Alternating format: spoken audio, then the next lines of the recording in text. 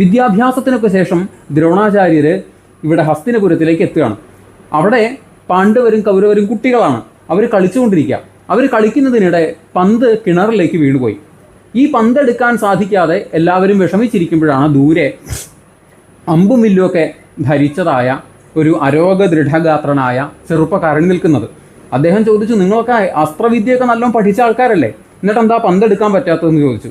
അപ്പോൾ യുധിഷ്ഠിരൻ പറഞ്ഞു, പന്തെടുക്കാൻ അസ്ത്രവിദ്യ പഠിച്ചിട്ട് എന്താ കാര്യം, ഞങ്ങൾക്ക് പറ്റില്ല എന്ന് പറഞ്ഞു. എന്നാൽ ഞാൻ കാണിച്ചു തരാം എന്ന് പറഞ്ഞ് അദ്ദേഹം ചെന്ന് തൻ്റെ മോതിരം ഊരി ഈ കിണറിലേക്കിട്ടു. അത് കൃത്യമായിട്ട് ആ പന്തിൻ്റെ മുകളിൽ വന്ന് വീണു.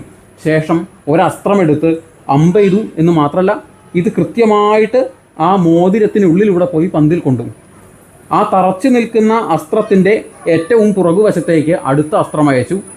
അതിന് പിന്നാലെ അടുത്ത അസ്ത്രം, അങ്ങനെ ഓരോ അസ്ത്രവും അയച്ചു വന്ന് അവസാനം ആ അസ്ത്രം കൊണ്ട് പന്തിനെയും മോതിരത്തിനെയും ഒരുമിച്ച് അദ്ദേഹം തിരിച്ചെടുത്തു. ഇങ്ങനെയൊരു വിദ്യ പാണ്ഡവ കൗരവ കുമാരന്മാർക്ക് ഇതിനു മുമ്പ് കേട്ടിട്ടുമില്ല. ആദ്യമായിട്ട് കാണുന്നത് കൊണ്ട് എന്തെന്നില്ലാത്ത അത്ഭുതമുണ്ടാക്കി. അങ്ങ് ആരാണെന്ന് ചോദിച്ചു. അപ്പോൾ ദ്രോണർ പറഞ്ഞു, കൊട്ടാരത്തിൽ പോയി പറഞ്ഞോളൂ ഇങ്ങനെയൊക്കെ ഉണ്ടായിന്ന്, അപ്പോൾ അവിടെയുള്ളവർക്ക് കാര്യം മനസ്സിലാവും എന്ന് പറഞ്ഞ് പറഞ്ഞയച്ചു കുട്ടികളെ. ഒരാൾ വന്നൊരു അത്യത്ഭുതം കാണിച്ച് ഞങ്ങളുടെ പന്ത് തിരിച്ചെടുത്തു തന്നു എന്ന് പറഞ്ഞു. ഉണ്ടായ കാര്യം മുഴുവൻ കേട്ടപ്പോൾ ഭീഷ്മർക്ക് കാര്യം മനസ്സിലായി. അത് ദ്രോണരാണ്, അദ്ദേഹത്തിനോട് വരാൻ പറയൂ. അപ്പോൾ ഭീഷ്മരാണെങ്കിൽ ഈ കുട്ടികളുടെ പ്രാഥമിക വിദ്യാഭ്യാസം കഴിഞ്ഞു, ഇവർക്ക് ഇനി ഉപരിപഠനം ആവശ്യമാണ് ആയോധന വിദ്യയിൽ. അതിനാരെ ഏൽപ്പിക്കണം എന്ന് ആലോചിച്ചിരിക്കുമ്പോഴാണ് ദ്രോണരുടെ വരവ്. അങ്ങനെ ഭീഷ്മര് സസന്തോഷം പാണ്ഡവ കൗരവ കുമാരന്മാരെ ദ്രോണാചാര്യർക്ക് ശിഷ്യരായി ഏൽപ്പിച്ചു കൊടുത്തു. അങ്ങനെയാണ് മഹാഭാരതത്തിലെ ദ്രോണാചാര്യർ എന്ന വലിയൊരു വടവൃക്ഷം ഉണ്ടാകുന്നത്.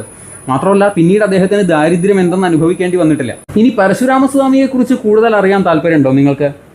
അദ്ദേഹം എന്തിനാണ് 21 പ്രാവശ്യം ഭൂമിയെ പ്രദക്ഷിണം ചെയ്ത് ദുഷ്ടരായ ക്ഷത്രിയന്മാരെ മുഴുവൻ നിഗ്രഹിച്ചത് എന്നറിയണമെന്നുണ്ടോ നിങ്ങൾക്ക്? അങ്ങനെയാണെങ്കിൽ കമൻ്റായിട്ട് അറിയിച്ചാൽ മതി.